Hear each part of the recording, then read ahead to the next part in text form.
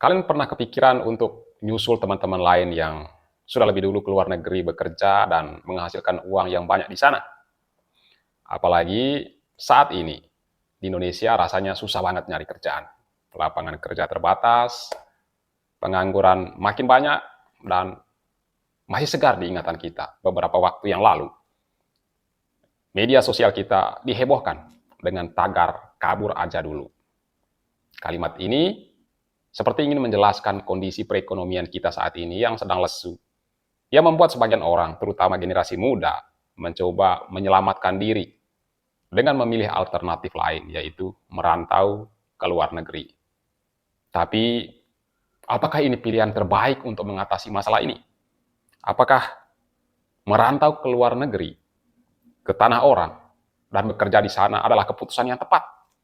Dalam arti bahwa selain kita dapat kerja dengan penghasilan yang menjanjikan di sana, apakah kita juga aman dari resiko-resiko seperti resiko jadi korban penipuan, dari korban kejahatan perdagangan orang, atau kejahatan lain yang dapat mengancam keselamatan kita.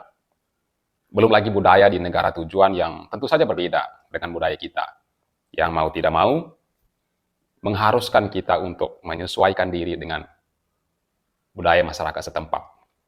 Dan hal-hal lain yang perlu dipertimbangkan sebelum membuat keputusan. Nah, di video kali ini, kita akan membahas kasus tindak pidana perdagangan orang dan penipuan online yang terjadi di Myanmar, di mana lebih dari 500.000 orang warga Indonesia yang awalnya mau jadi tenaga kerja di Myanmar, tapi kemudian menjadi korban penipuan dan perdagangan orang.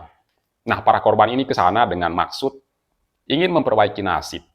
Mereka mencari informasi lowongan kerja melalui internet dan sosial media. Tapi sialnya, di internet mereka justru bertemu dengan para pelaku kejahatan penipuan dan perdagangan orang dengan modus menawarkan pekerjaan yang menarik dan menjanjikan. Lalu, tanpa kecurigaan sedikit pun, warga kita ini menerima tawaran kerja tersebut dari para penipu ini. Dan setelah ada kesepakatan di antara mereka, di internet dan juga di sosial media, lalu komunikasi mereka berpindah dengan pertemuan di dunia nyata. Dan apa yang terjadi selanjutnya adalah peristiwa yang sangat menyedihkan dan tragis. Salah satu korbannya, sebut saja S, yakin dirinya telah dijual di sana. Di mobil tentara itu saya nangis, saya bilang sama teman saya, kita udah dijual, kita nggak bakal ketemu keluarga. Saya langsung telepon keluarga saya bilang, Mak, kalau saya nggak ada kabar, nggak usah dicari, karena kemungkinan saya dijual. Halo semuanya, selamat datang kembali di channel ini. Kalau di video-video sebelumnya kita bahas kisah-kisah horor, kisah gaib, hantu-hantuan, gitu kan. Nah, di video kali ini kita agak sedikit berbeda nih. Bukan lagi cerita tentang setan-setan atau para hantu, tapi kejadian nyata yang sangat menyedihkan dan melibatkan warga negara Indonesia sebagai korban. Tapi sebelum kita masuk ke ceritanya, bagi teman-teman yang baru mampir di channel ini, silakan like, subscribe, nyalakan notifikasinya agar tidak ketinggalan video-video saya selanjutnya. Dan bagi yang sudah subscribe, terima kasih banyak.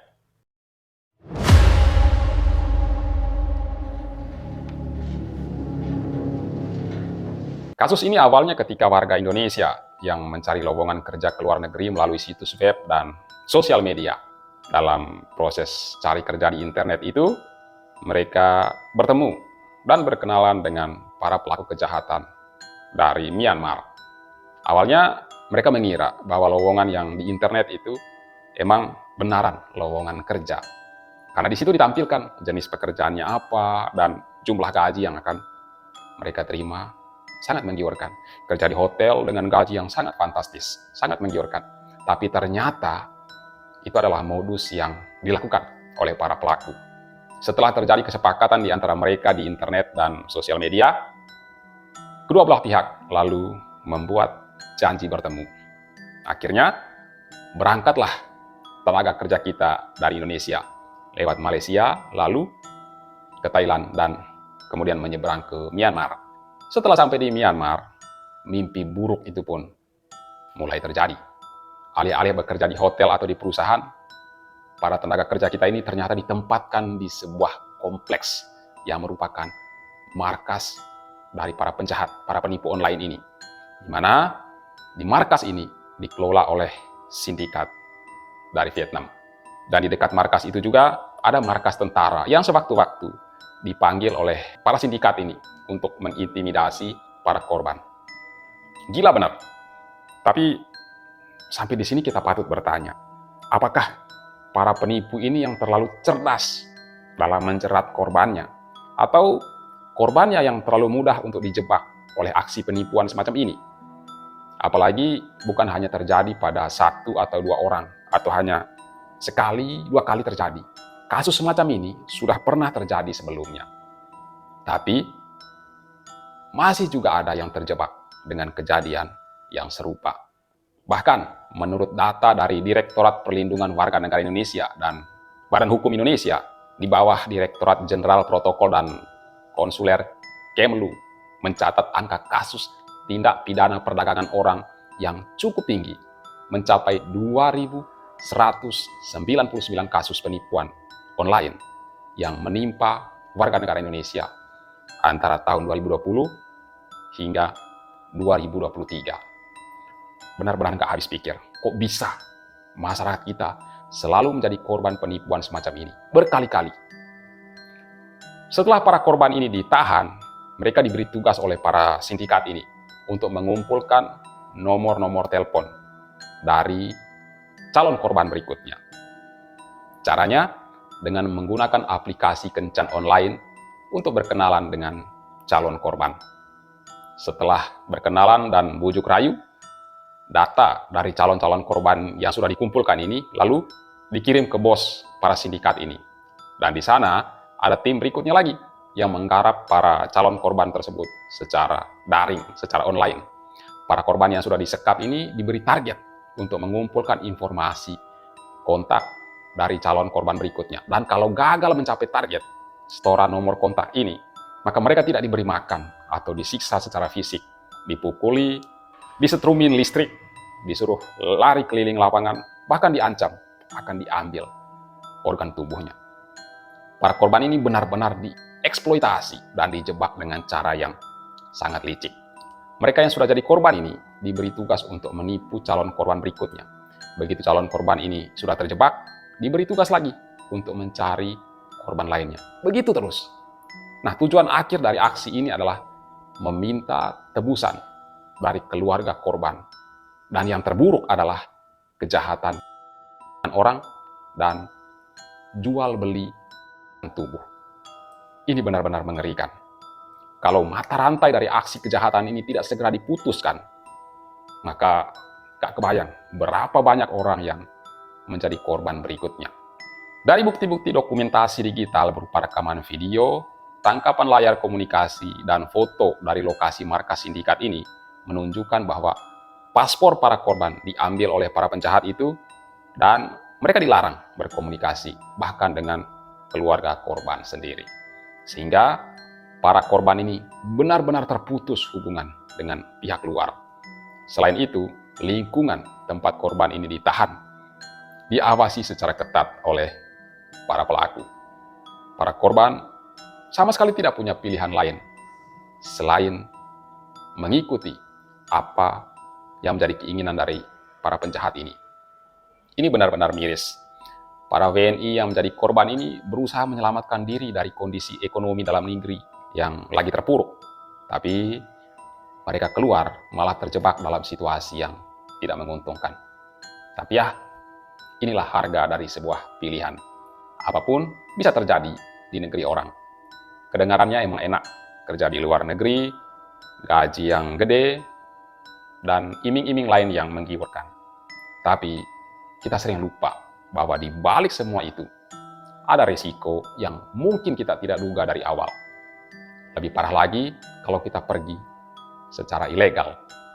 Tapi emang serba salah sih bertahan di negeri sendiri kesulitan, pergi cari nafkah di negeri orang, kita terancam oleh hal-hal seperti ini. Nah, menurut kalian, apa yang sebenarnya terjadi? Kenapa masyarakat kita mudah sekali untuk terjebak dalam rayuan penipuan online seperti ini. Bagaimana semestinya mengatasi problem yang seperti ini? Coba tuliskan pendapat atau teori kalian di kolom komentar. Ya, karena setiap sudut pandang kan bisa membantu memberikan masukan yang lebih mendalam mengenai kebenaran di balik kasus ini. Dan yang lebih menyakitkan adalah di tengah kekacauan penyanderaan itu, salah satu peristiwa yang paling mengerikan terungkap bahwa di antara para korban ini ada 5 orang korban perempuan yang mengalami seksual hingga mengakibatkan kehamilan. Mereka berjuang untuk bertahan hidup sampai di negeri orang, tapi malah berakhir dengan penderitaan seumur hidup. Peristiwa ini bukan hanya sekedar statistik belaka, tapi merupakan bukti nyata dari kekejaman yang terjadi di balik modus penipuan online. Yang patut disayangkan adalah bahwa para korban ini terlambat mendapatkan pertolongan. Walaupun dalam hal ini memang tidak ada pihak yang bisa disalahkan sepenuhnya, karena memang situasinya sangat tidak memungkinkan untuk mendapatkan pertolongan yang lebih awal atau lebih dini. Dan setelah berbagai upaya kerjasama yang dilakukan oleh pemerintah Indonesia, pemerintah Thailand, dan pemerintah Myanmar, akhirnya dari 554 orang yang disandra, ada 400 WNI yang berhasil dievakuasi lebih dahulu dan tiba di tanah air pada hari Selasa, tanggal 18 Maret 2025 yang lalu. Setelah diterbangkan dari Bangkok, dalam rombongan itu terdapat 313 orang laki-laki dan 87 orang perempuan. Dan di antara 87 orang perempuan itu, 5 diantaranya yang tadinya diduga hamil akibat seksual. Sementara 154 WNI lainnya dipulangkan ke Indonesia besok harinya, 19 Maret 2025. Pemulangan para korban ini dikawal langsung oleh pemerintah melalui Menteri Luar Negeri Pak Sugino dan pejabat dari lembaga terkait. Ya, terima kasihlah untuk pemerintah karena masih ada perhatian untuk para korban ini. Dari peristiwa ini, pesan yang bisa kita ambil adalah bahwa kita perlu waspada terhadap aktivitas di sosial media atau penggunaan internet yang menghubungkan kita dengan orang asing yang kita tidak kenal dan kita jumpai di sana. Jangan sampai komunikasi yang kita bangun dengan orang yang tidak kita kenal di dunia maya justru berakhir tragis seperti ini. Dan perlu sekali keterlibatan pemerintah secara aktif dalam upaya pemberantasan kejahatan di dunia maya. Apalagi kejahatan yang berkaitan dengan perdagangan orang. Nah, kisah para WNI yang dieksploitasi dan disiksa ini mengingatkan kita bahwa setiap nyawa memiliki nilai, sehingga kasus serupa tidak boleh terulang kembali. Kasus ini juga menjadi momentum bagi kita dalam mendorong perubahan untuk mendukung perlindungan hak asasi manusia dan memastikan bahwa pelaku kejahatan cyber tidak boleh luput dari hukum. Nah, semoga kronologi yang mengguncang dan bukti yang mendalam yang mengungkap sisi gelap dari kejahatan ini memberikan pelajaran yang berharga bagi kita semua dan menyebarkan informasi yang dapat membantu mengungkap kebenaran yang lebih dalam lagi dari kasus ini. Oke, terima kasih sudah menonton. Jangan lupa like, share, dan subscribe agar tidak ketinggalan video-video saya selanjutnya. Dan sampai jumpa.